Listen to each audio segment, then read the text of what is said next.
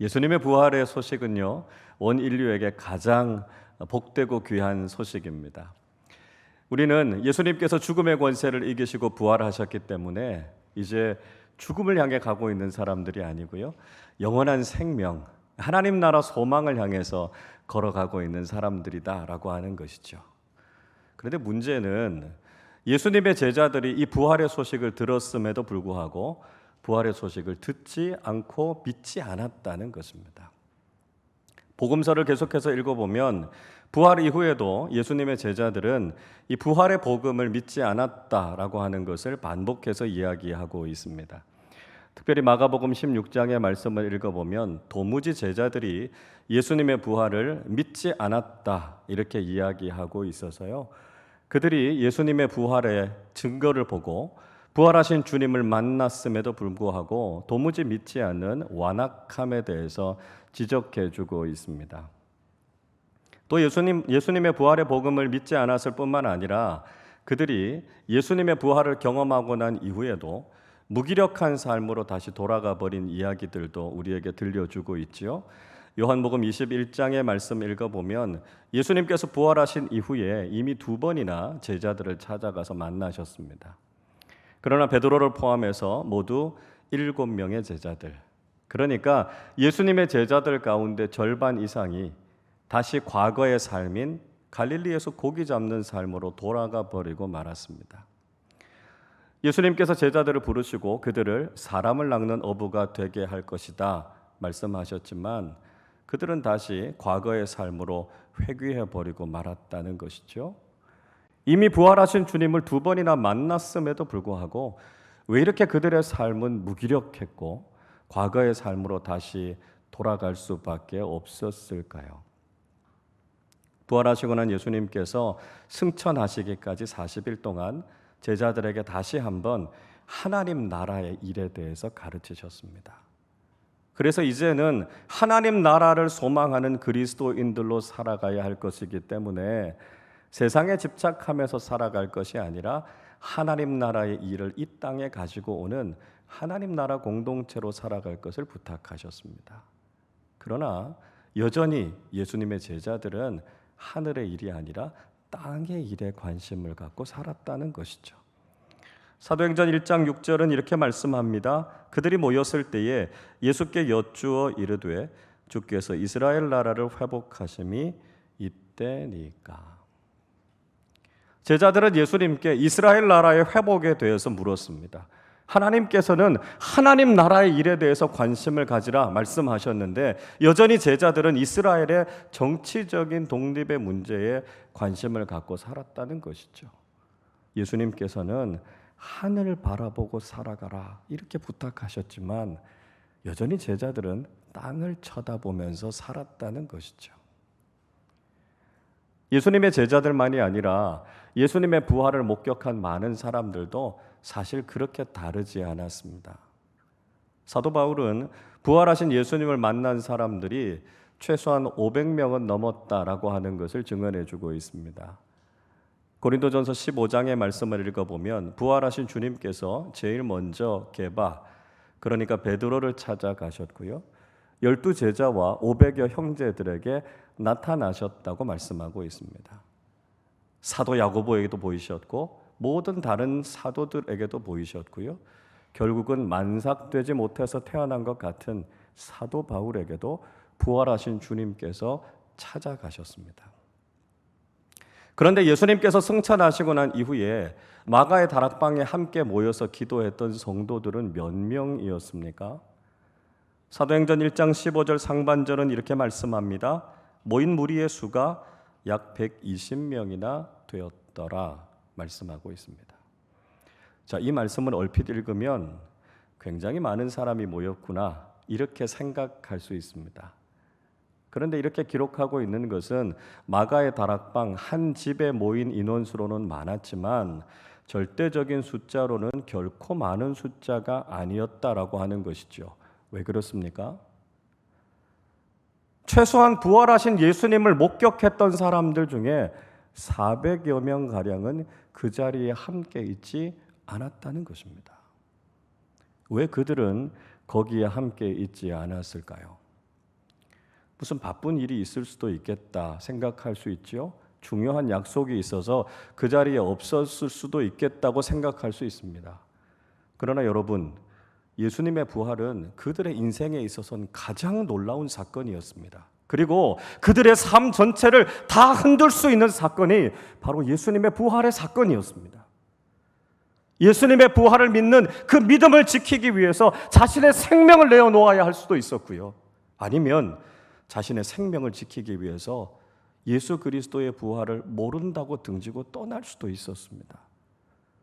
그 정도로 결정적인 사건이 예수 그리스도의 부활의 사건이었습니다. 단언하기는 어렵지만 그 자리에 함께하지 않았던 사람들은 아마도 부활하신 예수님을 믿는 믿음을 제대로 지키지 못했을 것이다 라고 하는 것을 짐작할 수 있게 되는 것이죠. 부활하신 주님을 이미 만났고 부활의 소식을 들었던 그들도 여전히 그 믿음을 강력하게 갖지 못했다라고 하는 것을 우리는 알 수 있습니다. 제자들과 그 당시의 사람들만이 아니라 지금 이 시대를 살아가는 우리도 역시 올바른 부활 신앙을 제대로 갖지 못하고 살아갈 때가 많다는 것이죠. 아니, 오늘 우리의 모습은 사실 그보다도 심각할 때가 많습니다. 우린 분명히 부활 이후를 살아가고 있습니다. 예수님께서 살아나셨고 우리는 그 부활의 주님을 믿고 있고요. 우리는 결국 하나님의 나라에서 영원한 생명을 누릴 것을 믿습니다. 그러나 오늘날 교회를 다니는 많은 사람들이 부활의 신앙에 대한 확신을 갖지 못하고 살 때가 많습니다. 부활의 능력을 통해서 변화받은 그리스도인으로 살아가기보다는 세상 다른 사람들과 별반 차이 없는 모습으로 살아가게 될 때가 있다는 것이죠. 하나님 나라의 소망을 가지고 이 땅에서는 구별된 믿음의 삶을 살아야 할 그리스도인들이 세상 사람들이 추구하는 것과 별반 다르지 않은 삶을 살 때가 많다는 것입니다.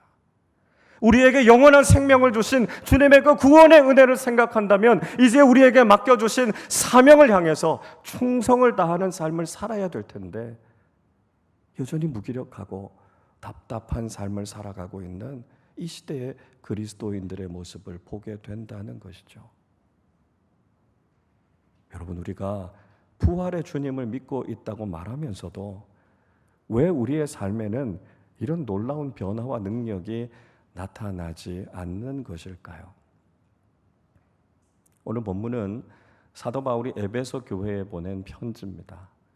이 에베소 교회는 사도 바울의 특별한 사랑을 받았던 교회지요.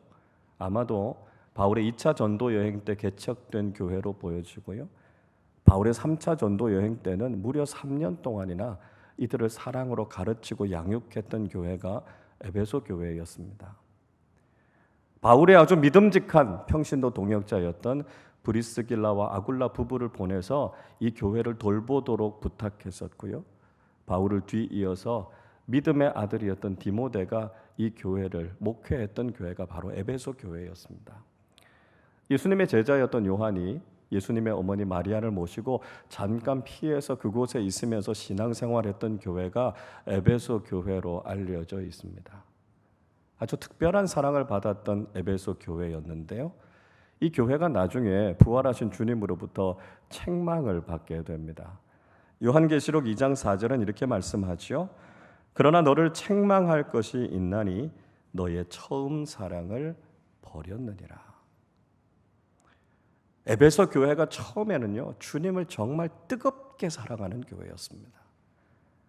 그런데 환난과 핍박이 있었고요. 이단들의 미혹이 있어서 이들의 믿음이 점점 약해졌던 것이죠.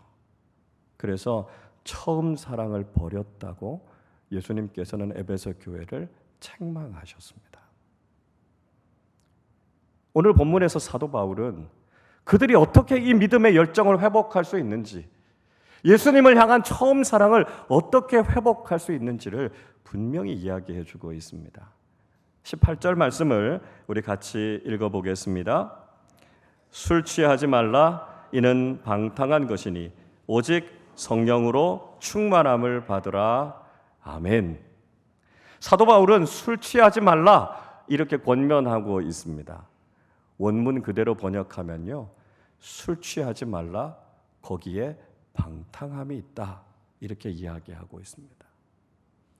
술에 취해서 살아가는 삶, 거기에 무절제함이 있고요, 방탕함이 있다는 것입니다. 이 술이라고 하는 것은 문자 그대로 술이기도 하고요, 술로 대표되는 세상의 악한 것들, 세상의 가치에 취해서 살아가는 것을 이야기하고 있습니다. 그러니까 우리 신앙생활의 걸림돌이 되는 것이 무엇입니까?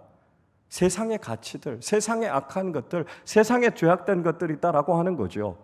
우리가 세상 사람들처럼 술에 취하고 세상에 취해서 살아가면 그저 세상의 가치를 미친 듯이 쫓아가는 세상 사람들과 똑같은 삶을 살아가게 된다는 것이죠. 그러면 우리가 그리스도인답게 살아갈 수 없다는 것입니다. 그래서 바울이 부탁하고 있는 것은 오직 성령으로 충만함을 받으라 말씀하고 있습니다. 충만함을 받으라라고 하는 말은 흘러 넘치게 하라는 것입니다. 너를 다스리게 하라는 뜻이죠.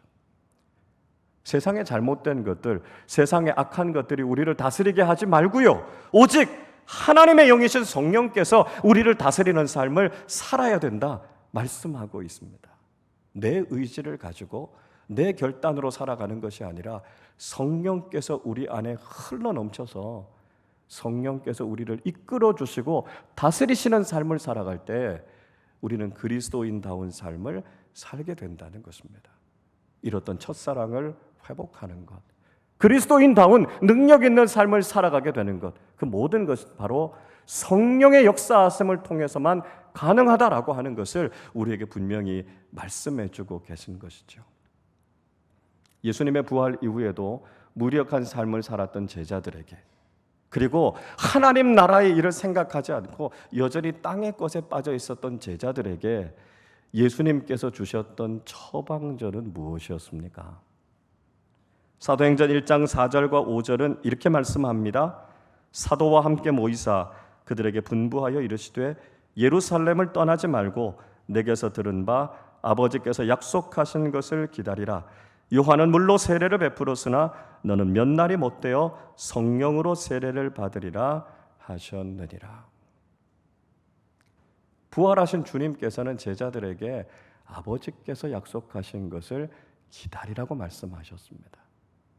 그것이 바로 주님께서 약속하신 성령님이시지 않습니까? 그들에게 성령 세례가 임하게 될 때 그들은 비로소 능력 있는 그리스도인들이 될 것이고요, 부활의 복음을 믿을 뿐만 아니라 그 복음을 전하는 삶을 살게 될 것이다 말씀하시죠. 그래서 사도행전 1장 8절에서 말씀하지 않습니까? 오직 성령이 너희에게 임하시면 너희가 권능을 받고 예루살렘과 온 유대와 사마리아와 땅끝까지 이르러 내 증인이 되리라 하시니라. 나의 뜻이 아니라, 나의 능력이 아니라 성령께서 강하게 임재하실 때 우리는 부활의 확신을 가지고 예수 그리스도의 부활의 복음을 땅끝까지 증거하는 부활의 증인으로 살게 될 것을 약속하고 계시는 것이죠. 사도행전 2장의 말씀이 이 사실을 보다 더 분명하게 우리에게 들려주고 있습니다.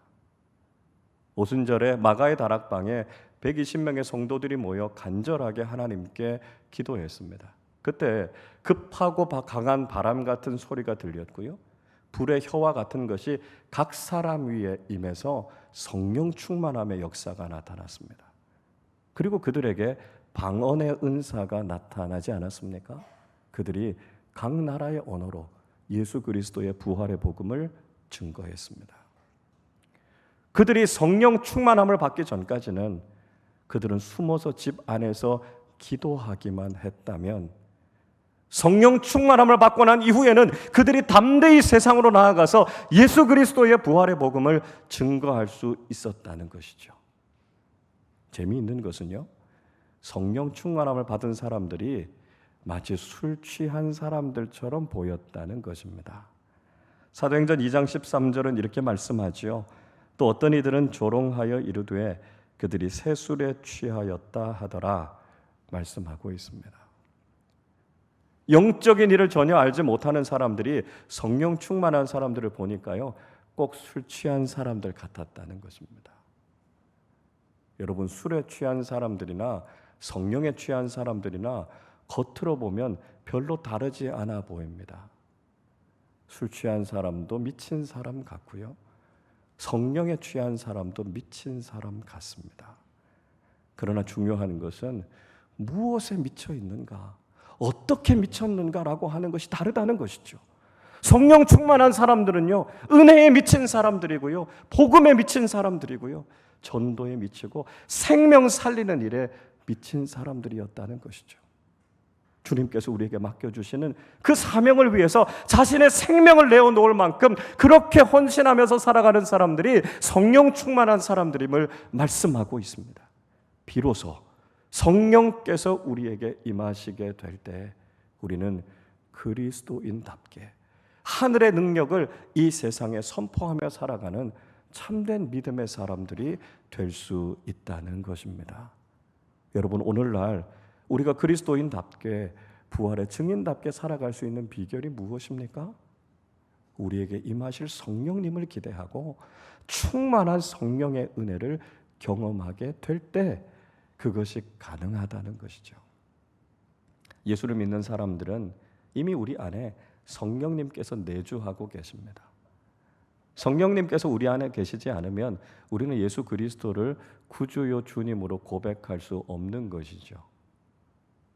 그러나 여러분, 그 정도 가지고는 우리가 능력 있는 그리스도인으로 살아가기 어렵습니다. 성령 하나님께서 우리를 충만하게 채워주셔서 그 성령님의 능력이 우리에게 흘러 넘치게 될 때 비로소 우리는 예수 그리스도의 복음을 힘있게 증거하는 능력 있는 부활의 증인이 될 수 있다는 것이죠.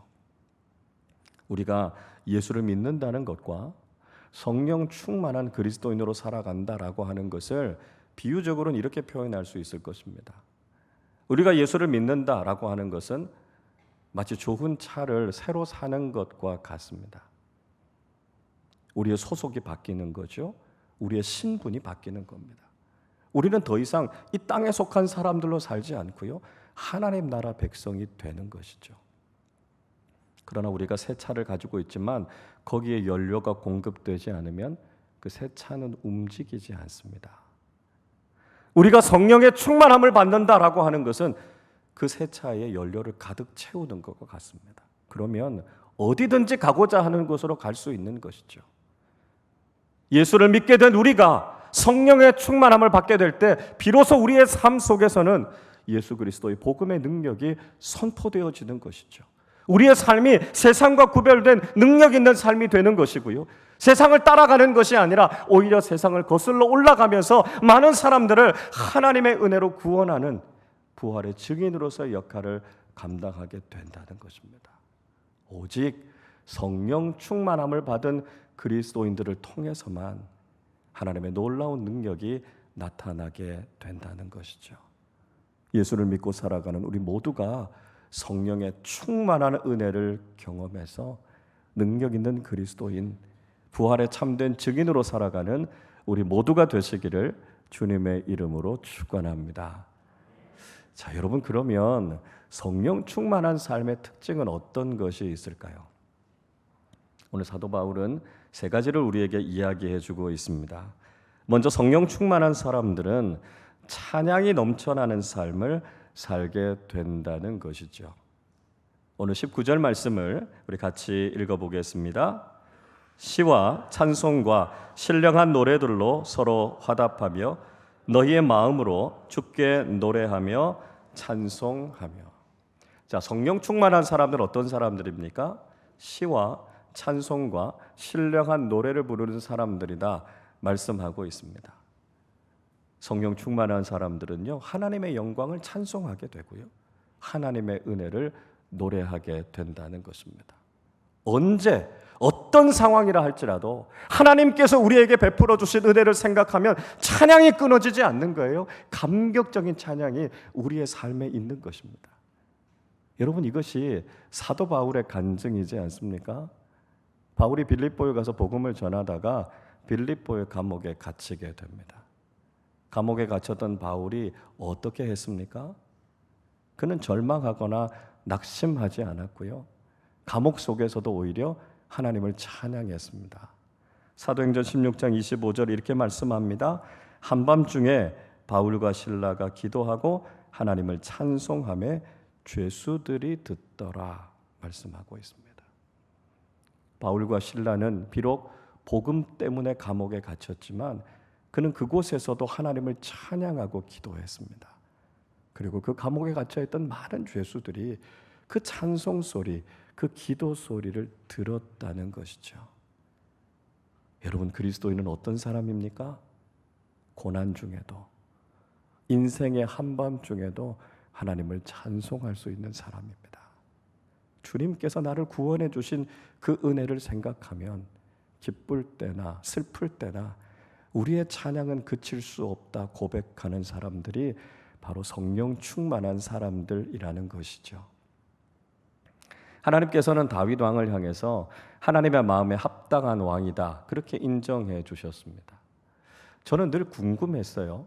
왜 다윗이 하나님의 마음에 합당한 왕이었을까? 다윗이 완벽한 사람이 아니지 않습니까? 다윗은 죄도 짓고 흠도 많은 사람이었습니다. 오히려 요셉이나 욥이나 다니엘 같은 사람들이 훨씬 더 완전한 삶을 살았죠. 다윗은 살인죄도 저질렀고 간음죄도 저질렀고 그의 인생의 허물투성이였습니다. 그럼에도 불구하고 하나님께서 다윗을 향해서 하나님의 마음에 합한 왕이라고 말씀하신 이유가 뭘까요? 어느 날 하나님께서 제게 깨달음을 주셨습니다. 다윗은요, 하나님을 찬양하는 사람이었습니다. 다윗의 인생에는 하나님을 향한 찬양이 끊이지 않았다는 거예요. 시편의 절반이 다윗의 찬양 아닙니까? 다윗의 찬양은요, 기쁠 때만이 아니라 고난의 한가운데에서도 하나님을 찬양할 수 있었습니다. 그렇게 하나님만 생각하면 찬양이 넘쳐나는 인생, 그 인생이 바로 성령 충만한 삶이라는 것이죠. 여러분, 성령 충만한 그리스도인으로 살아가기 위해서 우리는 어떻게 찬양해야 되겠습니까? 지금 이 정도로는 충분하지 않습니다. 우리의 온 마음과 온 정성을 다해서 우리의 목이 터지도록 우리에게 구원과 영생의 은혜를 주신 하나님을 찬양하는 우리 모두가 되실 수 있기를 바랍니다.